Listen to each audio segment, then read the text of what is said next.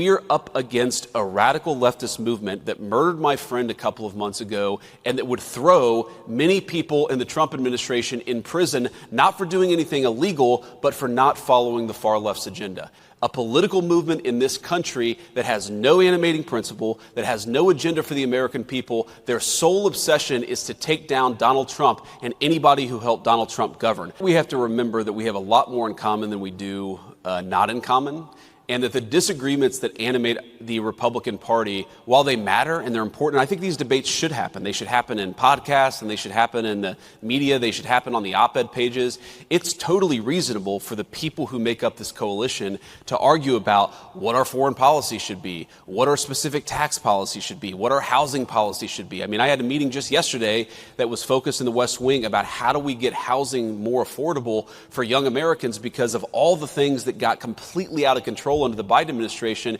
You had homes that doubled or tripled in price depending on the geography in 4 years under the Biden administration. We've got to solve that problem for our young people so they can afford to buy homes, start families, and actually build their own American dream.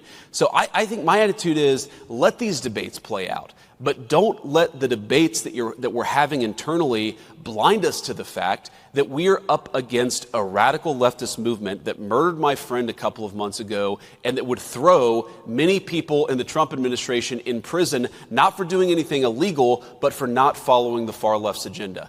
That is the real opponent here. A political movement in this country that has no animating principle, that has no agenda for the American people. Their sole obsession is to take down Donald Trump and anybody who helped Donald Trump govern. Focus on the enemy, have our debates, but focus on the enemy so that we can win victories that matter for the American people. That's my message. You've got 119,000 new jobs. Economists thought that we would have about 50,000 new jobs, but that's actually just the headline number. If you look below the surface, I think the numbers are actually better. So number one, wages continue to way outpace inflation.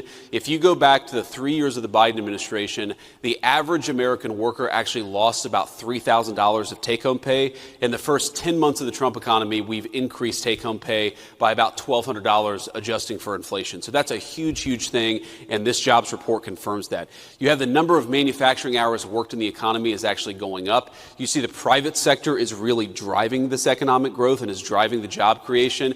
And this is really important, I know, to you, Matt, but really to me, and it's that we are seeing the job growth go to native-born American citizens.